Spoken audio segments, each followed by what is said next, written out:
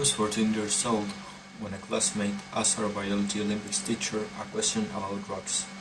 The rest of the class, this teacher explained to us how drugs work.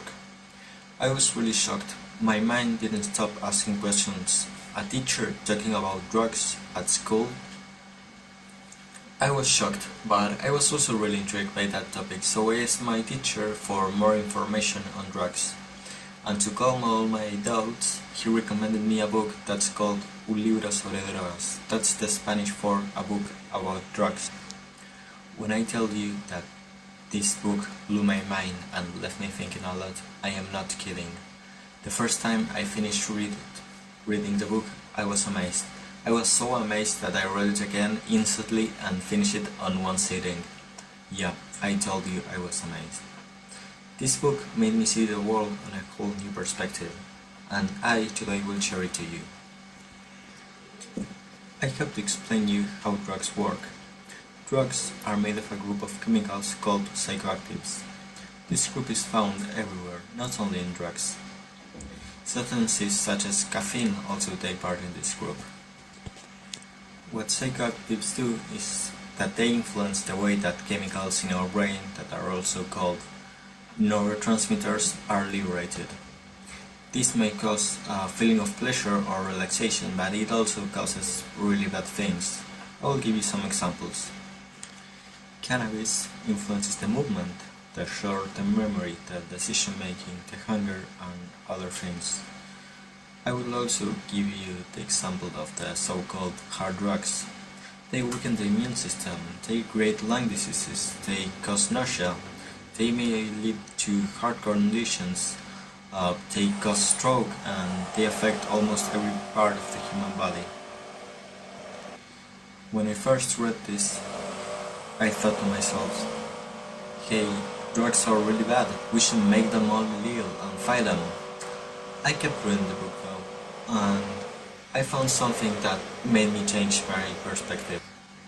Does anyone here know how prohibition of drugs was created? It's based on racism and an old Christian belief that drugs are satanic. The prohibition is not based on science or any evidence. When I read this, I became really outraged. Not only the prohibition causes misinformation and stigmatization, this is what originated the problem with the drugs, but it doesn't have any scientific evidence proving its effectiveness. I encourage us to change this problem that our society has been suffering more than enough time. You're probably asking yourself, Nico, what can we do about this?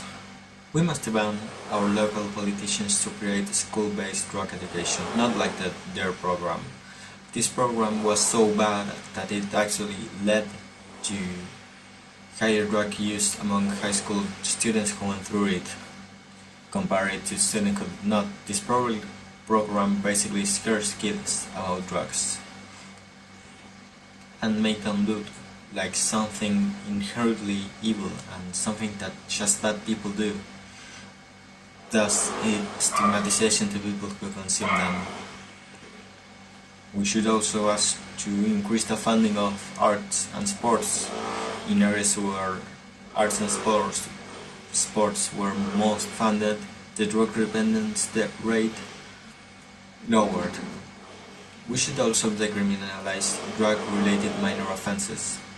Doing this, we reduce police brutality, especially in marginalized and discriminated communities that are the ones who suffer the most from police violence and racism.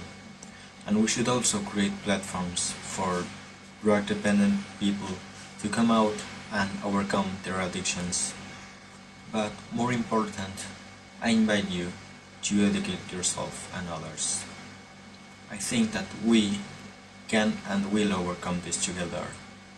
And we should always remember that fighting misinformation not only saves lives, but it's also creating a more conscious society.